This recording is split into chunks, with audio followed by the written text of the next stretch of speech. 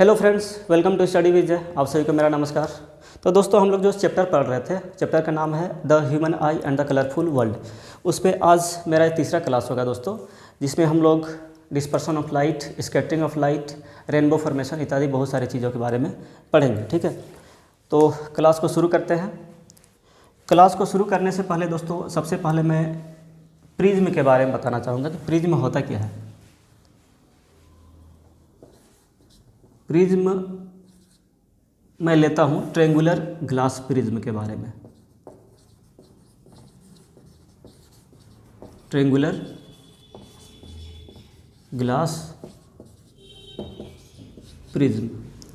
तो triangular glass prism होता क्या है दोस्तों, मैं उसे एक 3D डायग्राम के द्वारा दिखाने की कोशिश करता हूँ कि सपोज करें हमारे इसको इधर से अगर इसको भर दिया जाए और इधर से भी पूरा पैक कर दिया जाए और नीचे से भी पूरा पैक कर दिया जाए। ठीक है, तो आप देखेंगे कि सामने से दोस्तों आपको कैसा शेप नज़र आ रहा है, एक ट्रेंगल का शेप नज़र आ रहा है। ठीक है, और उसी तरह से बैक से भी देखेंगे तो कैसा नज़र आ रहा है दोस्तों, ट्रेंगल नज़र आ रहा है। ठीक है, तो इसका दो फेस जो है, दो फेस दोस्तों क्या है, ट्रेंगल है, और एक दूसरे क्या है, पैरेलल है। ठीक है, और बाद बाकी फेस आप लोग देखेंगे, ये वाला फेस दोस्तों कैसा है, रेक्टेंगल है, मतलब आयताकार शेप पे है। ये वाला शेप भी आप देखें कैसा है, आयताकार में है। उसी तरह से दोस्तों अगर इसको भी फिल कर दिया जाए पूरी तरह से तो भी एक आयताकार फेस बनेगा, रेक्टेंगुलर फेस बनेगा। ठीक है, तो एक ट्रेंगुलर ग्लास प्रिज्म में बोल सकते हैं। इसका जो 1 2 3 फेस कैसा होता है, रेक्टेंगुलर होता है, और 2 फेस कैसा होता है, ट्रेंगुलर है। इसमें जो ट्रेंगुलर फेस है दोस्तों उसको हम लोग बेस का नाम दे रहे हैं। ठीक है, ट्रेंगुलर जो फेस है उसे हम लोग बेस का नाम दे रहे हैं, और इसी ट्रेंगुलर शेप के बेस के कारण इस प्रिज्म का नाम पड़ा ट्रेंगुलर ग्लास प्रिज्म। ठीक है, प्रिज्म और भी तरह का हो सकता है दोस्तों, रेक्टेंगुलर ग्लास प्रिज्म भी हो सकता है और भी तरह ग्लास प्रिज्म हो सकता है, लेकिन हम लोग फिलहाल जो यहाँ पर देख रहे हैं दोस्तों ट्रेंगुलर ग्लास प्रिज्म, इसका ये जो बेस है दोस्तों वो कैसा शेप का है, ट्रेंगल शेप का है। ठीक है, तो प्रिज्म क्या होता है ये आप लोग देख चुके हैं, और इसमें जो हर एक फेस के बीच में जो एंगल बनता है दोस्तों उसे हम लोग एंगल ऑफ द प्रिज्म बोलते हैं। ठीक है, प्रिज्म का एंगल, ये जो ट्रेंगल हमें बना, ट्रेंगल, ये ट्रेंगल का एंगल ही दोस्तों एक्चुअल में क्या है, एंगल ऑफ अ प्रिज्म है।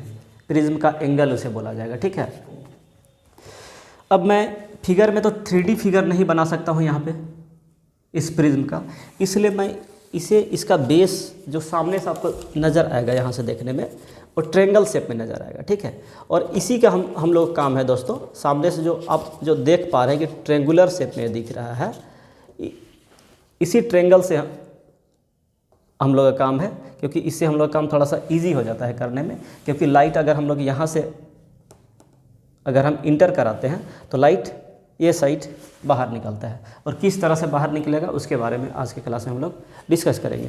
तो सामने से कैसा दिख रहा है दोस्तों, एक ट्रेंगुलर शेप में दिख रहा है, और इसके साइड में कैसा है, दोनों साइड में आप लोग इमेजिन कर सकते हैं इस तरह से दोनों साइड रेक्टेंगुलर शेप में है। ठीक है, इसमें हम लोग लाइट को किधर से इंटर कराएंगे दोस्तों, इधर से, और लाइट किधर निकलेगा, ये साइड निकलेगा। ठीक है, तो ये जो सामने से जो ट्रेंगुलर शेप दिख रहा है इसी का मैं फिगर बनाता हूँ। ठीक है, सॉरी मैं पेन ले लिया।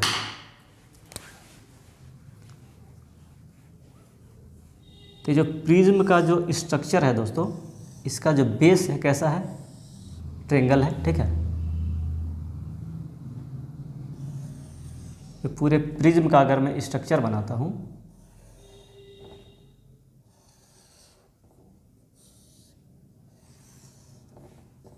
तो ये कुछ इस तरह का होगा।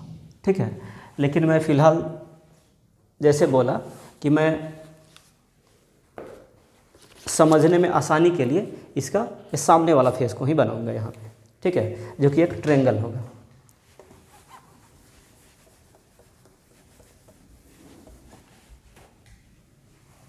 ये वाला फेस के ही हेल्प से हम लोग सारे चीज़ का एक्सप्लेनेशन करेंगे। ठीक है, तो ग्लास प्रिज्म क्या होता है इसके बारे में हम लोग जान चुके हैं दोस्तों, जिसमें हम लोग ट्रेंगुलर ग्लास प्रिज्म के बारे में खासकर देखें।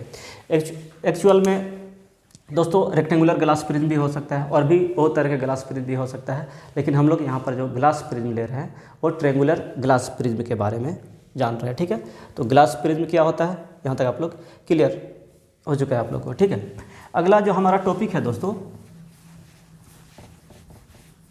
कि अगर किसी वाइट लाइट को इस प्रिज्म से अगर गुजारा जाए तो क्या होगा। ठीक है, अगर किसी वाइट लाइट को दोस्तों इस ग्लास प्रिज्म से अगर गुजारा जाए तो उस वाइट लाइट का क्या होगा, इसके बारे में हम लोग देखने जा रहे हैं। ठीक है, तो टॉपिक का नाम है reflection of light through a glass prism. आप लोग लिख सकते हैं reflection of light through a glass prism.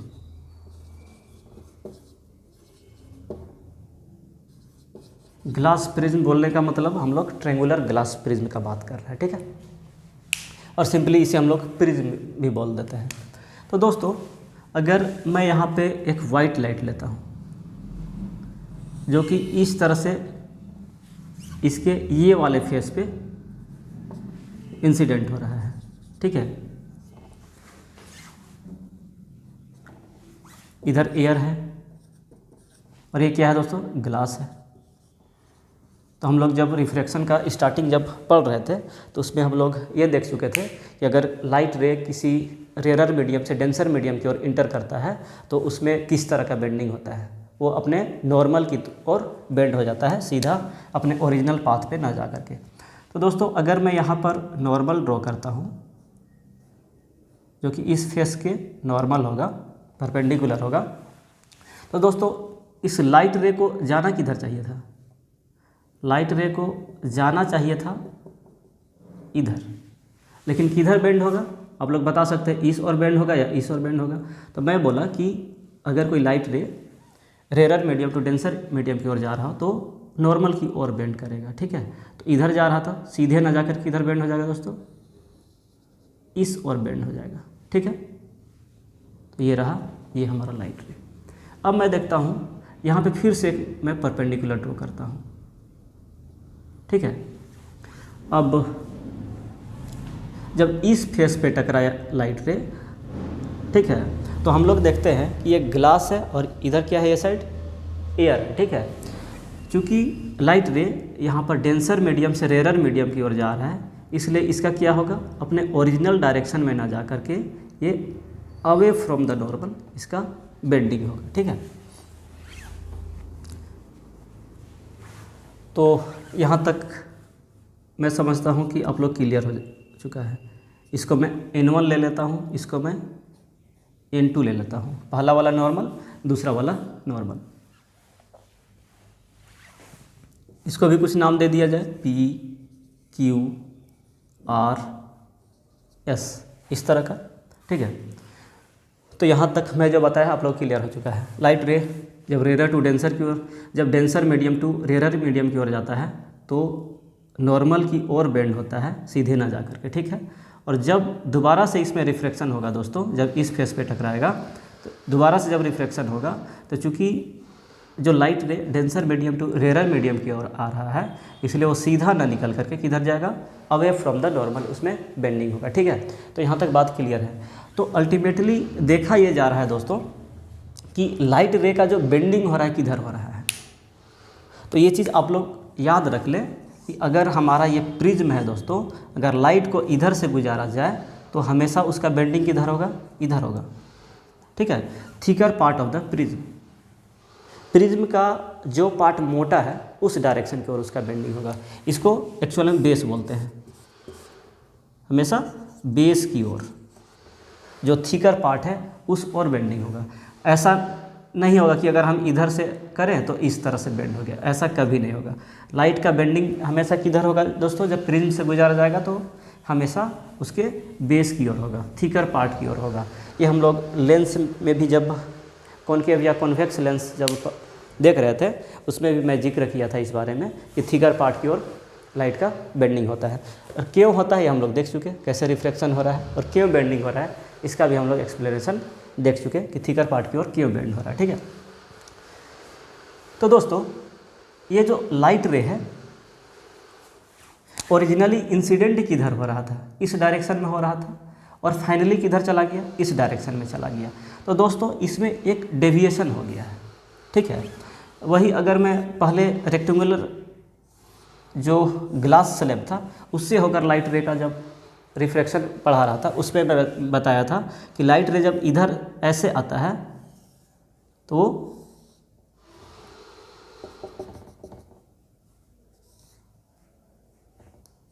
उसमें मैं बताया था कि इंसिडेंट रे और इमरजेंट रे क्या होता था, एक दूसरे के पैरेलल होता था। ठीक है, लेकिन ये जो प्रिज्म है इस केस में ऐसा नहीं होता है। ठीक है, उस केस में पैरेलल इसलिए होता था दोस्तों क्योंकि मैं प्रूफ भी करके दिखाया था, क्योंकि ये और ये दोनों साइड क्या था, पैरेलल था, और यहाँ पर पैरेलल तो है नहीं। पहली बार जब रिफ्लेक्शन हुआ, दूसरी बार जब रिफ्लेक्शन हुआ, तो दोनों जो साइड है एक दूसरे के पैरेलल नहीं है। अगर यहाँ भी पैरेलल होता तो incident ray and emergent ray एक दूसरे के पैरेलल होता। इस केस में दोनों के बीच में कितना डिग्री का एंगल है, कुछ भी डेविएशन नहीं हुआ है। इस केस में लाइट रे में कोई डेविएशन हुआ है, कोई भी डेविएशन नहीं हुआ है, बस थोड़ा सा शिफ्टिंग हुआ है। ठीक है, ये वाला जिसे हम लोग नाम दिए थे दोस्तों लेटरल डिस्प्लेसमेंट का नाम दिए थे उस केस में। लेकिन प्रिज्म के केस में दोस्तों डिस्प्लेसमेंट नाम का चीज़ नहीं है। यहाँ पर एक्चुअल में लाइट जो है अपने डायरेक्शन को ही चेंज कर लिया है, डेविएट हो गया है। ठीक है, इनिशियली वो इस डायरेक्शन में जा रहा था और इमर्ज हुआ इधर से तो इस डायरेक्शन में हो गया। ठीक है, यानी ये डायरेक्शन कितना का चेंजिंग हुआ, इतना का चेंजिंग हुआ। ठीक है, ये यहाँ पर जो एंगल बना दोस्तों, ये इतना एंगल से डेविएट हुआ, जिसे हम लोग दोस्तों बोलते हैं एंगल ऑफ डेविएशन। ठीक है, इसे हम लोग क्या बोलते हैं, इसे हम लोग बोलते हैं दोस्तों एंगल ऑफ डेविएशन। तो यहाँ तक बात क्लियर है कि अगर कोई वाइट लाइट प्रिज्म से होकर गुजरता है तो उसमें किस तरह का रिफ्लेक्शन होता है, किस तरह का बेंडिंग होता है, एंगल ऑफ डेविएशन क्या होता है, इस सब के बारे में देखें। एंगल ऑफ डेविएशन दोस्तों इंसिडेंट रे और इमरजेंट रे के बीच में जो एंगल बनता है जब किसी वाइट लाइट को किसी प्रिज्म से गुजरने के पश्चात, तो उसी एंगल को दोस्तों हम लोग एंगल ऑफ डेविएशन नाम देते हैं। ठीक है, तो यहाँ तक बात क्लियर है। अब मैं आगे चलता हूँ दोस्तों।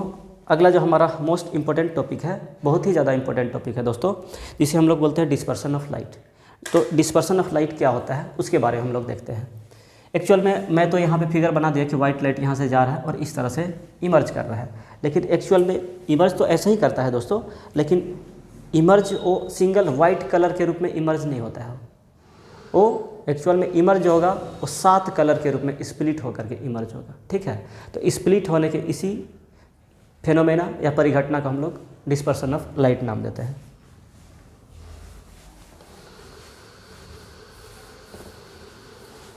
तो अगला जो हमारा टॉपिक है डिस्पर्सन ऑफ लाइट।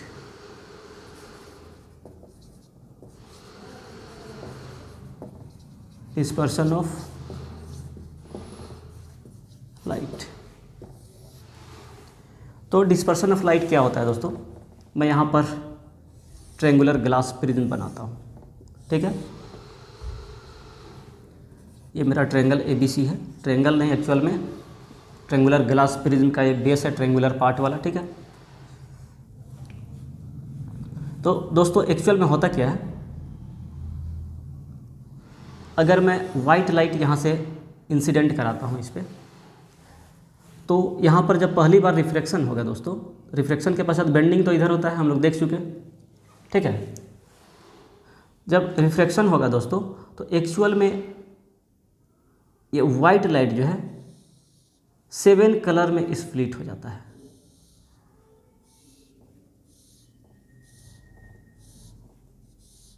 ठीक है,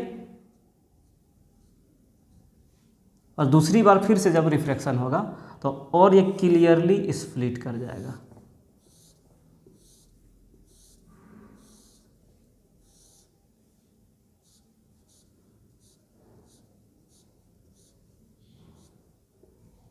ठीक है दोस्तों। तो मैं बोला कि जब किसी वाइट लाइट को किसी प्रिज्म से होकर के गुजारा जाता है, ठीक है, तो रिफ्रैक्शन के पश्चात जब वो दूसरी ओर निकलता है दोस्तों, तो वो 7 कलर में स्प्लिट हो चुका होता है।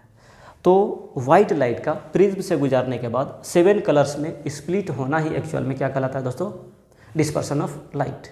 तो वाइट लाइट का अपने कॉन्स्टिट्यूएंट कलर्स में स्प्लिट होने की परिघटना को ही हम लोग क्या बोलते हैं दोस्तों?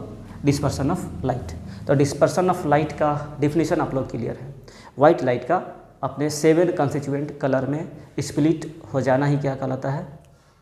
डिस्पर्सन ऑफ लाइट कहलाता है। और अगर दोस्तों यहाँ पर मैं अगर कोई स्क्रीन रख दूँ, वाइट एक पर्दा, ठीक है,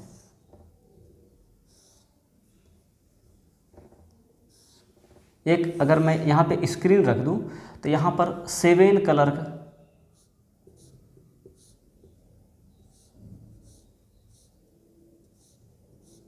1 2 3 4 5 एक मिस कर दिया, ठीक है।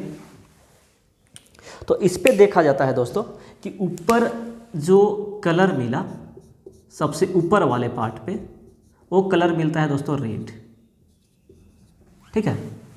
और सबसे नीचे जो कलर मिलता है दोस्तों वो कलर आता है वायलेट। सबसे नीचे जो कलर होता है वो वायलेट कलर होता है, ठीक है।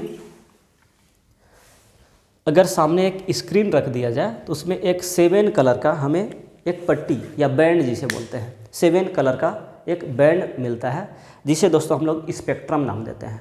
तो यहाँ पर डिस्पर्सन ऑफ लाइट में 2 चीज़ हम लोग देखें। पहला तो डिस्पर्सन ऑफ लाइट का डिफिनीशन क्या होता है, ठीक है, और दूसरा चीज़ स्पेक्ट्रम क्या होता है।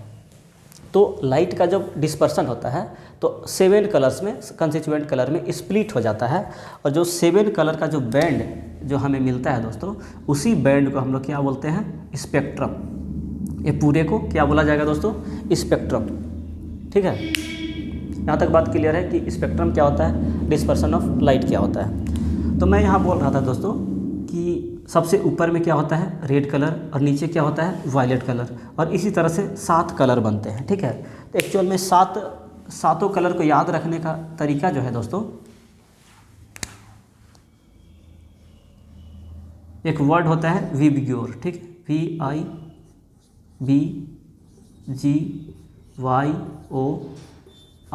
जिसमें सबसे ऊपर क्या है? रेड कलर, और सबसे नीचे क्या है? वायलेट कलर है।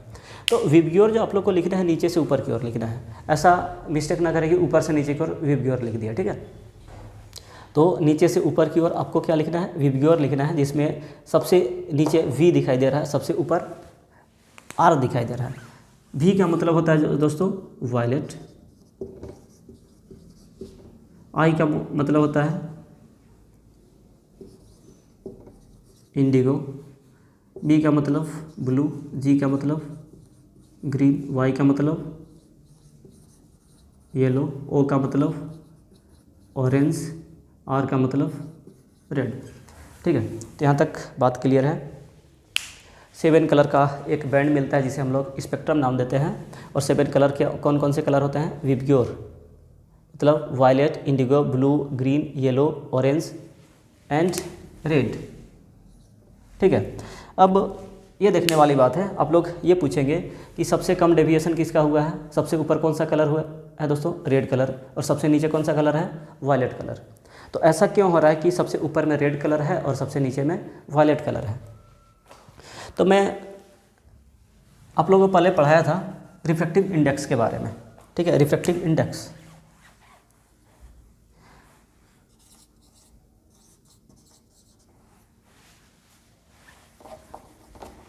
किसी भी चीज़ का रिफ्रैक्टिव इंडेक्स जो होता है दोस्तों, उसका फॉर्मूला होता है velocity of light in vacuum divide by velocity of light in any medium. तो वो मीडियम यहाँ पर फिलहाल क्या है? ग्लास है। अब दोस्तों इतना आप लोग जानते हैं या नहीं जानते हैं, लेकिन रेड कलर का जो स्पीड होता है सबसे ज़्यादा होता है, ठीक है।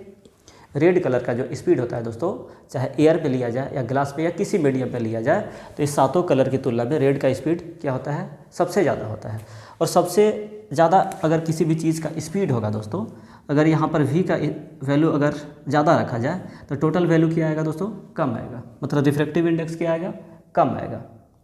तो अगर मैं रेड लाइट यूज करता हूँ जिसमें v का वैल्यू क्या है, ज़्यादा है, मतलब रिफ्रैक्टिव इंडेक्स कम आया।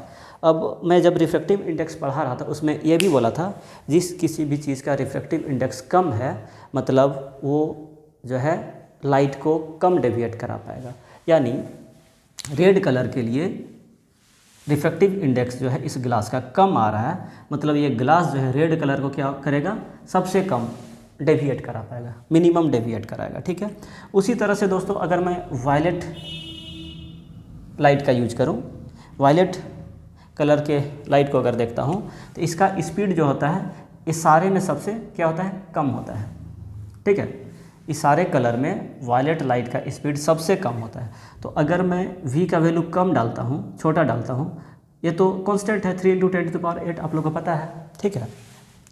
अगर सेम नंबर है तो उसे मैं अगर एक छोटे नंबर से डिवाइड करता हूँ तो ओवरऑल वैल्यू क्या आएगा, बड़ा आएगा, मतलब रिफ्रैक्टिव इंडेक्स क्या होगा, ज़्यादा होगा। और रिफ्रैक्टिव इंडेक्स ज़्यादा आने का मतलब क्या है दोस्तों, कि उस लाइट का डेविएशन ज़्यादा होगा। तो वायलेट लाइट के लिए रिफ्रैक्टिव इंडेक्स क्योंकि ज़्यादा आ रहा है इसलिए वायलेट लाइट का डेविएशन ज़्यादा होगा। उसी तरह से सबसे ज़्यादा स्पीड जो होता है रेड का होता है, उससे कम ऑरेंज का, येलो का, ग्रीन, ब्लू, इंडिगो एंड सबसे कम वायलेट का होता है। और इसी तरह से एक क्रम वाइज इसका डेविएशन होते जाता है। ठीक है। और हम एक 7 कलर का एक बैंड के रूप में देख पाते हैं, स्पेक्ट्रम के रूप में देख पाते हैं। और इस फेनोमेना को 7 कलर में स्प्लिट होने की फेनोमेना या परिघटना को हम लोग डिस्पर्सन ऑफ लाइट नाम देते हैं। ठीक है। तो दोस्तों यहाँ तक डिस्पर्सन ऑफ लाइट आप लोगों को क्लियर हो चुका होगा। अब मैं यहाँ पे दिखाया हूँ कि जब पहली बार रिफ्रैक्शन हुआ दोस्तों, तो उसी में मैं स्प्लिटिंग दिखा दिया हूँ 7 कलर्स का। तो एक्चुअल में जब लाइट का पहली बार रिफ्रैक्शन होता है किसी भी सरफेस से, तो एक्चुअल में उसका 7 कंस्टिट्यूएंट कलर में हल्का सा स्प्लिटिंग होता है। ठीक है। तो मैं तो पहले जैसे कि ग्लास स्लैब के बारे में बता रहा था, उसमें एक बार रिफ्रैक्शन हुआ, फिर दूसरी बार रिफ्रैक्शन हुआ, तो इस तरह से निकलने के पश्चात जो है उसमें कलर जो है फिर से वाइट लाइट के रूप में बाहर इमर्ज कर जाता है। ठीक है। लेकिन यहाँ पर पहली बार स्प्लिटिंग हुआ, फिर दूसरी बार फिर से दोबारा से स्प्लिटिंग हो गया। ठीक है।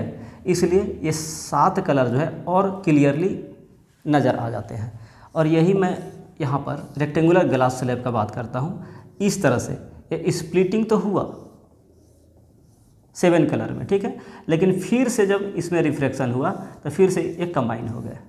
अगर दोबारा से इसी और अगर इसमें बेंडिंग होता तो जाहिर सी बात है कि और ज़्यादा क्लियरली स्प्लिट हो पाता और हम लोग 7 कलर को देख पाते।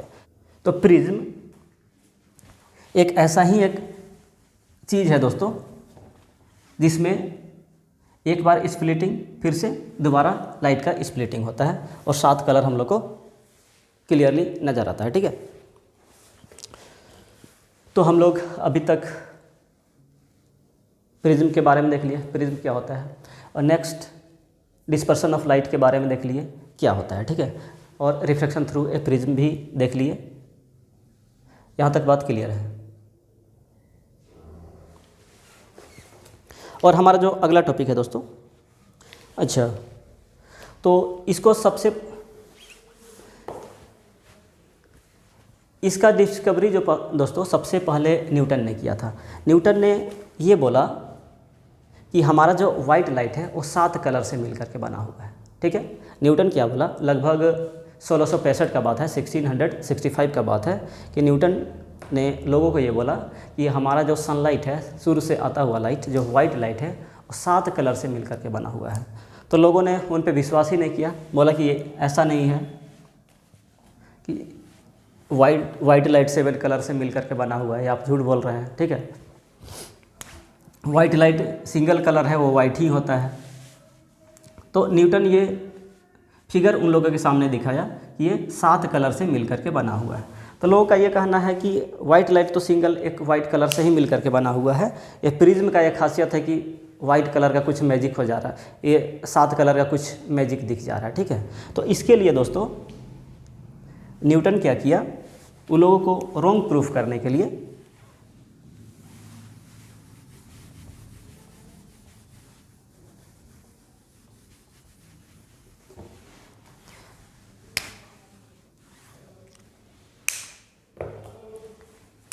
यहाँ पर एक उल्टा प्रिज्म लगा दिया, ठीक है। सेम प्रिज्म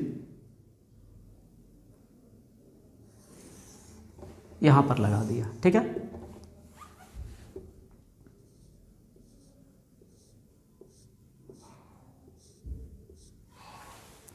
अब ये देखा जाता है दोस्तों, ऊपर में रेड कलर,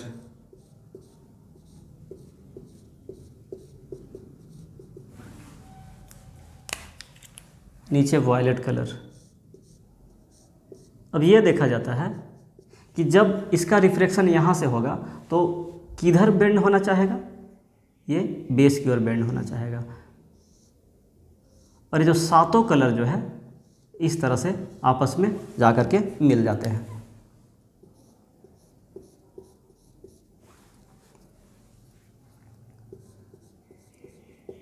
और इस तरह से दूसरी ओर दोस्तों हमें एक वाइट लाइट मिलता है। तो न्यूटन उन लोगों को ये साबित करने के लिए ये चीज़ एक्सपेरिमेंट किया कि लोगों का कहना था कि ये प्रिज्म का खासियत है कि वो वाइट लाइट को 7 कलर के रूप में दिखा रहा है, ये प्रिज्म का मैजिक है जिस वजह से ऐसा हो पा रहा है। तो न्यूटन ने यह प्रूफ कर दिया कि प्रिज्म का अगर मैजिक होता तो जो वाइट लाइट जो इधर से इंटर किए थे, इधर भी 7 कलर दिखना चाहिए था। जो आप लोगों का कहना है कि प्रिज्म का खासियत होता है कि वो 7 कलर के रूप में दिखा देता है, तो ऐसा क्यों नहीं हो रहा है। तो ये इसको उल्टा करके दिखाया, ताकि उल्टा करने का खासियत ये है दोस्तों कि ये जो इफ़ेक्ट ये क्रिएट किया ये प्रिज्म, और ये उल्टा प्रिज्म जो है इसका just equal and opposite effect produce करता है और 7 कलर के लाइट को कंबाइन करके हमें वाइट लाइट के रूप में दिखाता है, ठीक है। तो ये जो हमारा टॉपिक है दोस्तों, recombination of spectrum colours into white light, ठीक है। ये टॉपिक है recombination of spectrum colours into white light के रूप में कंबाइन होना।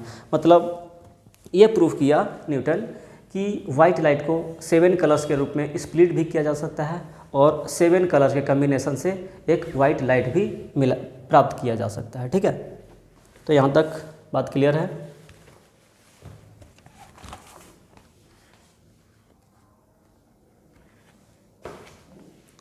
अगला जो हमारा टॉपिक है दोस्तों, रेनबो, इंद्रधनुष।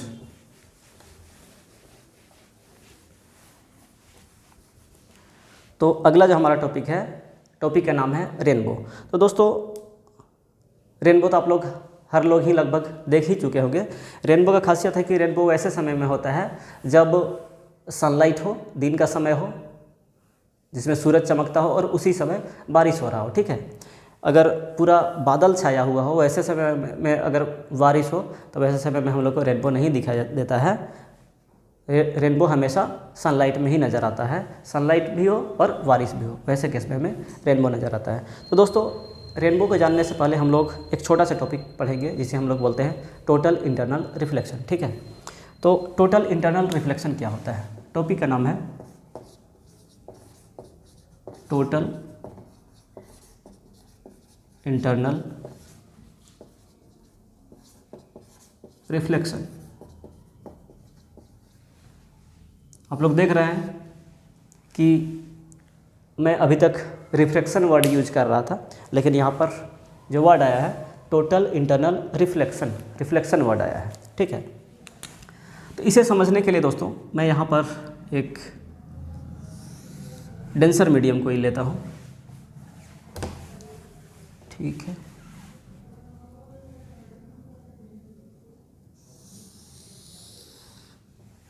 नीचे की तरफ का मीडियम दोस्तों डेंसर है, सपोज कि वाटर, ठीक है। अब यहाँ पर मेरे पास एक लाइट का सोर्स है, ठीक है।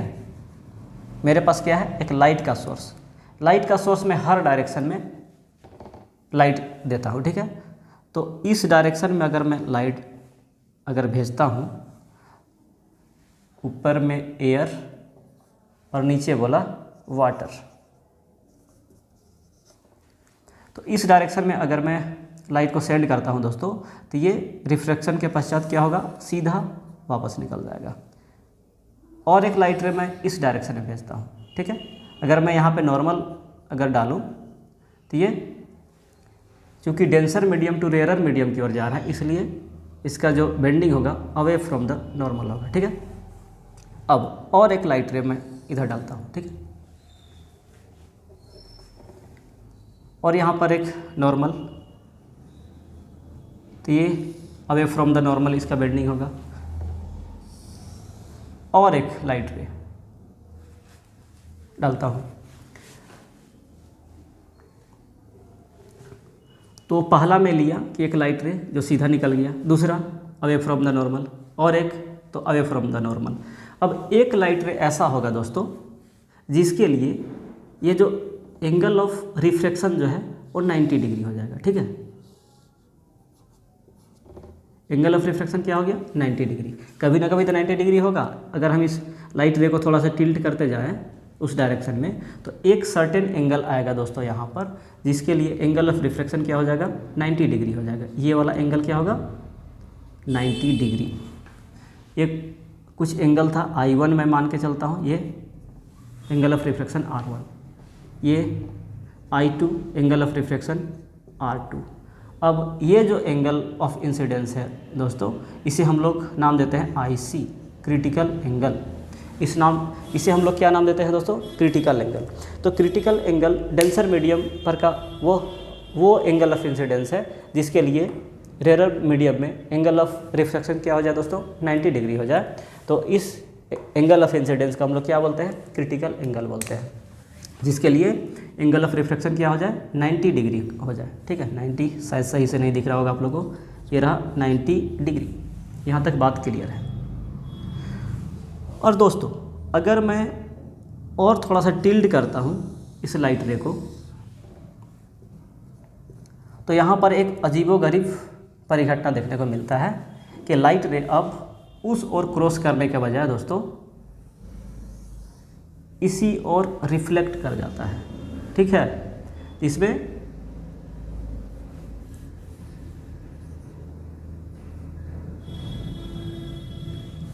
जो कि लॉ ऑफ रिफ्लेक्शन को फॉलो करते हुए angle I equal to angle R को फॉलो करते हुए उसी मीडियम में वापस लौट जाता है। तो ये जो फेनोमेना है दोस्तों कि लाइट रे का उसी मीडियम में वापस लौट जाने की जो परिघटना है, उसे ही हम लोग दोस्तों टोटल इंटरनल रिफ्लेक्शन नाम दे रहे हैं। तो टोटल इंटरनल रिफ्लेक्शन के लिए कंडीशन क्या होना चाहिए दोस्तों, पहला कंडीशन तो ये है कि हम लाइट रे किधर भेज रहे हैं, denser medium to rare medium. अगर rare medium to denser medium अगर हम लोग लाइट सेंड करेंगे तो वैसे केस में टोटल इंटरनल रिफ्लेक्शन नहीं देखने को मिलेगा, ठीक है, क्योंकि वैसे केस में 90 डिग्री वाला जो क्राइटेरिया फुलफिल नहीं हो पाएगा।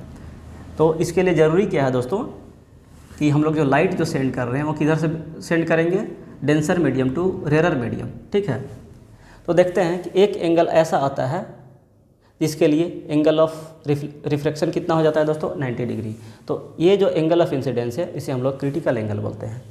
तो अगर हम लोग एंगल ऑफ इंसिडेंस का वैल्यू दोस्तों अगर हम लोग क्रिटिकल एंगल से बड़ा कर देते हैं तो लाइट रे दूसरे मीडियम में रिफ्लेक्ट होने के पश्चात सेम मीडियम में रिफ्लेक्ट हो जाता है, ठीक है। तो इसी फेनोमेना को दोस्तों हम लोग टोटल इंटरनल रिफ्लेक्शन नाम दे रहे हैं, ठीक है। तो ये बात आप लोग क्लियर हो गया, टोटल इंटरनल रिफ्लेक्शन क्या होता है, ठीक है। तो दोस्तों मेरा जो अगला टॉपिक है रेनबो है, रेनबो के बारे में पढ़ाने जा रहा था, लेकिन उससे पहले मुझे पढ़ाना पड़ा टोटल इंटरनल रिफ्लेक्शन। तो दोस्तों रेनबो में क्योंकि टोटल इंटरनल रिफ्लेक्शन का यूज आता है, ठीक है, टोटल इंटरनल रिफ्लेक्शन भी देखने को मिलता है, इसलिए मैंने सबसे पहले टोटल इंटरनल रिफ्लेक्शन के बारे में आप लोगों को बताया। उसके बाद मैं अब रेनबो के बारे में बताने जा रहा हूँ।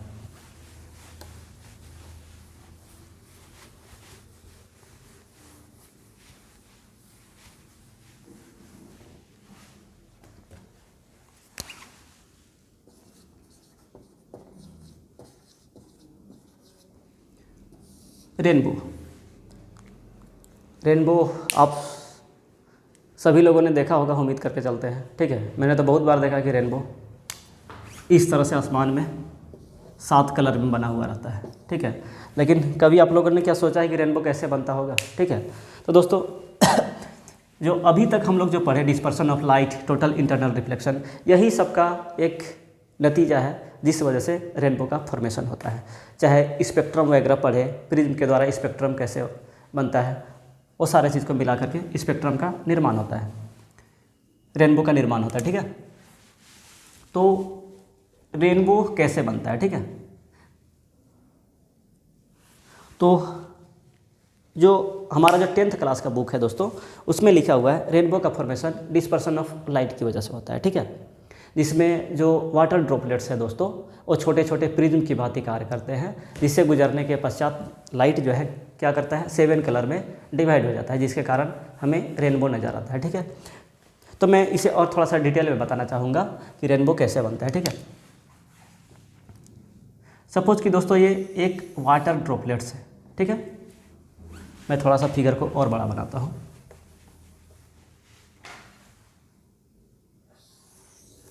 ये एक वाटर ड्रॉपलेट्स है, ठीक है। कोई एक सन रेज यहाँ से आ रहा था, वाइट लाइट, ठीक है। अब दोस्तों, अब चूंकि rarer medium to denser medium की ओर आ रहा है, तो सीधा न जाके थोड़ा सा इसमें रिफ्रैक्शन होगा और ये 7 कलर के रूप में स्प्लिट कर जाएगा,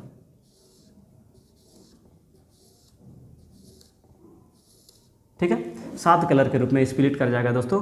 इसमें सबसे ऊपर क्या होगा, रेड कलर, और नीचे क्या होगा, वायलेट कलर। यहाँ तक तो बात क्लियर है आप लोग को। तो सबसे पहले यहाँ पर क्या हुआ, आप लोग देख सकते हैं रिफ्रैक्शन। तो कौन कौन सा यहाँ पर घटना घटता है उसके बारे में हम लोग जान रहे हैं। सबसे पहले दोस्तों आप लोग को याद रखना है, रिफ्रैक्शन होगा, ठीक है। और दूसरा पॉइंट, लाइट का डिस्पर्सन हुआ, लाइट डिस्पर्स कर गया 7 कलर में, ठीक है। अब तीसरा पॉइंट दोस्तों, रेनबो आप लोग ऐसा नहीं कि जब बारिश हो रहा हो, सनलाइट हो, तो हमेशा आप लोग को रेनबो दिख जाएगा। हमेशा आप लोग को रेनबो नहीं दिखेगा, इसके लिए कुछ सर्टेन कंडीशन होना चाहिए, ठीक है।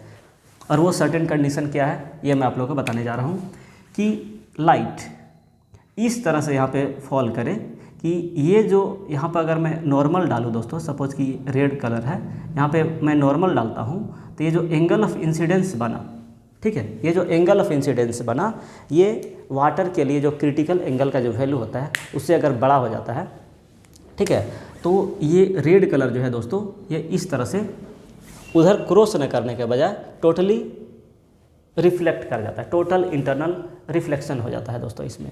तो वाटर के लिए जो क्रिटिकल एंगल का जो वैल्यू होता है दोस्तों, मैं बता देना चाहता हूँ, 48.8 डिग्री का होता है, ठीक है।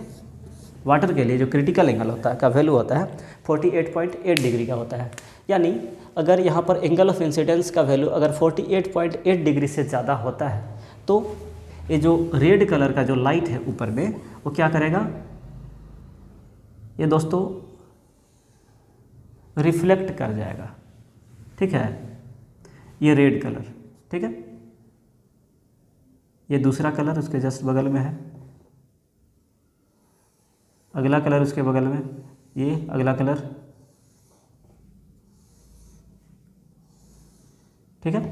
यहाँ तक बात क्लियर है।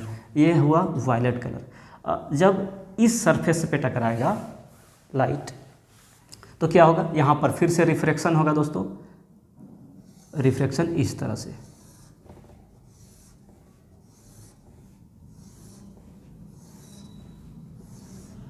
जिसमें रेड कलर नीचे और वायलेट कलर ऊपर।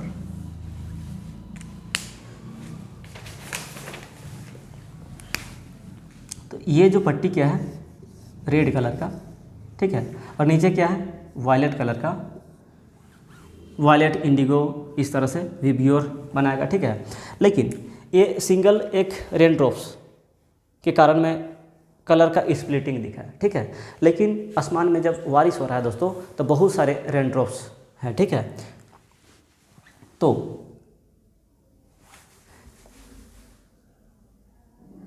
मैं यहाँ पर दिखाया कि सबसे नीचे क्या दिखा है, रेड कलर, सबसे ऊपर क्या दिखा है, वायलेट कलर। मैं मिटा दिया फिगर को। सबसे नीचे क्या दिखा है, रेड कलर, सबसे ऊपर क्या दिखा है, वायलेट कलर। तो इसी चीज़ को मैं यहाँ पर दिखाने की कोशिश कर रहा हूँ। ये एक रेन ड्रॉप है, ये दूसरा एक रेन ड्रॉप है, ठीक है।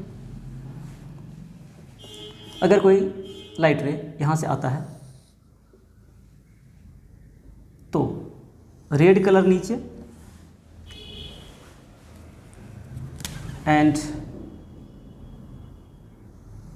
वायलेट कलर ऊपर, ठीक है। अब मैं तो देख सपोज कि यहाँ से रहा हूँ, मैं कहाँ से देख रहा हूँ, यहाँ से देख रहा हूँ। अब इतना बड़ा रेंज को तो मैं नहीं देख सकता ना कि रेड कलर नीचे और वायलेट कलर ऊपर। ये एक्चुअल में 2 डिग्री का एंगल बना था, 2 डिग्री इस तरह से बढ़ते हुए। हमारा आंखों का साइज़ तो उतना बड़ा नहीं कि इतना बड़े रेंज को मैं देख सकता हूँ, ठीक है। तो इस आँख पे कौन सा कलर पड़ा दोस्तों, रेड कलर, ठीक है। अब फिर से एक लाइट रे यहाँ से गया और इसके जस्ट नज़दीक सटे हुए रेन ड्रॉप पे पड़ा और इसका डिस्पर्सन हुआ और ये फिर से 2 कलर के रूप में स्प्लिट किया, जिसमें ऊपर में क्या होगा, वायलेट कलर, और नीचे में क्या होगा दोस्तों, नीचे में होगा रेड कलर। बात क्लियर है। पहला रेन ड्रॉप, पहला वाला जो रेन ड्रॉप था उसमें डिस्पर्सन हुआ, सबसे ऊपर वायलेट और नीचे क्या हुआ, रेड कलर। इस आँख को क्या दिखाई दिया, इस ड्रॉप वाले का रेड कलर। और दूसरा ड्रॉप से जब डिस्पर्सन हुआ दोस्तों तो रेड कलर तो नीचे चला गया और वायलेट कलर इस आँख को जा रहा है। तो इस आदमी को लगेगा कि सबसे ऊपर में क्या है दोस्तों, सबसे ऊपर में रेड कलर है और नीचे क्या है, वायलेट कलर है, ठीक है। तो जो इंद्रधनुष या रेनबो बनता है उसमें आदमी को दिखाई कैसा देता है कि सबसे ऊपर कौन सा कलर है, रेड कलर, और नीचे कौन सा कलर है, वायलेट कलर। और इसी तरह से दोस्तों बहुत सारे रेन ड्रॉप हैं और सारे मिला करके एक सेमी सर्कुलर इस तरह का निर्माण करते हैं, रेनबो का निर्माण करते हैं। अब आप लोग बोलेंगे सेमी सर्कुलर ही रेनबो का निर्माण क्यों होता है, इसी तरह का निर्माण क्यों होता है। तो इसके लिए कंडीशन है दोस्तों, जो हम लोग यहाँ से देख रहे हैं, ठीक है। हम सपोज कि हम लोग यहाँ से देख रहे हैं, यहाँ पे सन है, ठीक है।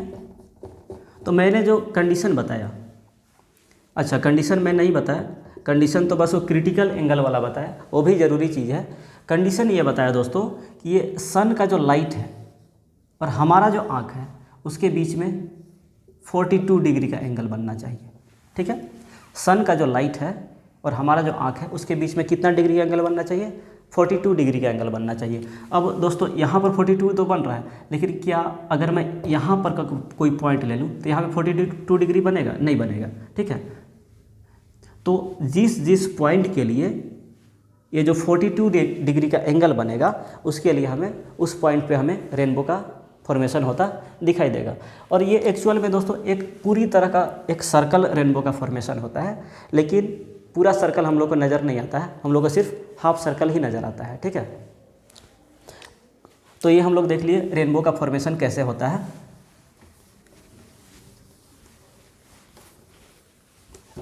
और रेनबो देखने के लिए दोस्तों कंडीशन क्या है, रेनबो देखने के लिए कंडीशन ये है कि सन यहाँ पर है, आदमी यहाँ है, तो रेनबो उसे इधर दिखाई देगा, ठीक है।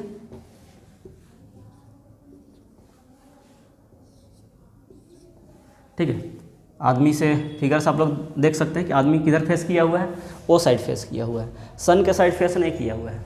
अगर आदमी सन के साइड फेस करके खड़ा हो तो कभी रेनबो नहीं देख सकता है, ठीक है। तो रेनबो देखने के लिए कंडीशन क्या है कि आदमी का बैक किधर होना चाहिए, सन के साइड होना चाहिए, तो सन के अपोजिट साइड में क्या देखेगा, रेनबो देखेगा, ठीक है। तो दोस्तों रेनबो, तो मैं अभी क्या बोला कि रेड कलर सबसे ऊपर दिखाई देता है, वायलेट कलर सबसे नीचे दिखाई देता है, लेकिन ये हमेशा ऐसा नहीं होता है। लेकिन आप लोग के 10th क्लास में एक्चुअल में यही पढ़ना है कि रेड कलर सबसे ऊपर, वायलेट कलर सबसे नीचे। तो रेनबो 2 तरह का होता है, एक प्राइमरी रेनबो। दूसरा होता है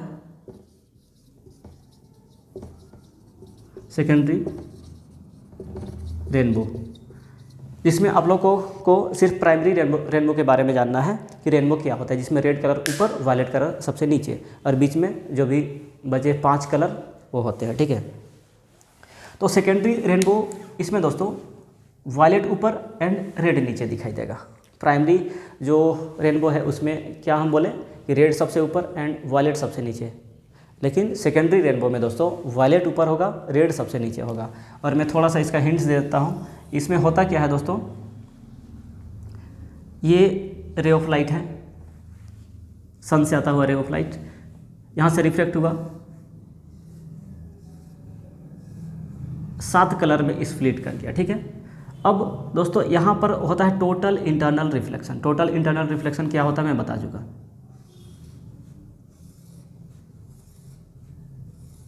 ठीक है। अब आप लोग देखेंगे कि यहाँ पर ये रेड कलर होगा। अब रेड कलर कहाँ जा चुका है, यहाँ जा चुका है। और फिर से टोटल इंटरनल रिफ्लेक्शन, इसमें कितने बार टोटल इंटरनल रिफ्लेक्शन हो रहा है, 2 बार टोटल इंटरनल रिफ्लेक्शन हो रहा है। अब यहाँ पर देखेंगे कि रेड कलर कहाँ आ चुका है, यहाँ आ चुका है। अब ये फिर से रिफ्रैक्ट कर जाएगा, इसमें रेड कलर ये एंड वायलेट कलर ये।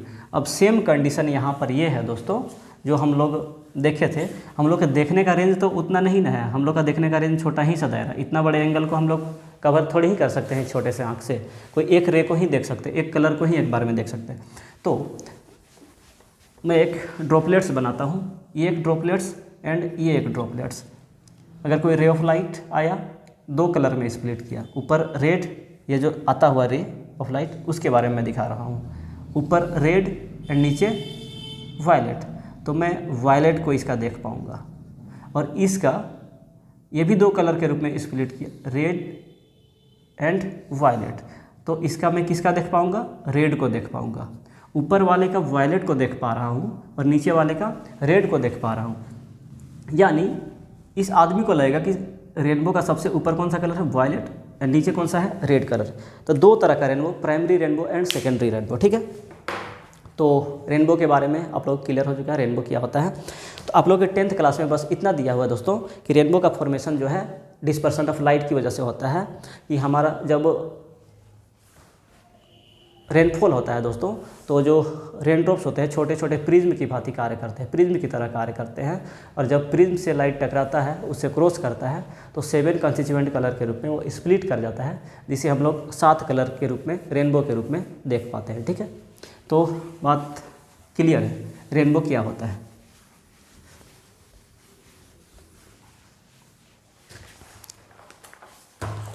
तो दोस्तों आज का क्लास मैं इतना ही रख रहा हूँ। क्लास का लेंथ लगभग 40 to 45 मिनट के आसपास हो चुका है। अगर इससे ज़्यादा बनाऊंगा तो फाइल साइज़ थोड़ा बहुत ही बड़ा हो जाता है, ठीक है। इसलिए मैं अगले क्लास में उम्मीद करता हूँ कि ये चैप्टर खत्म हो जाएगा, ठीक है। तब तक के लिए थैंक यू।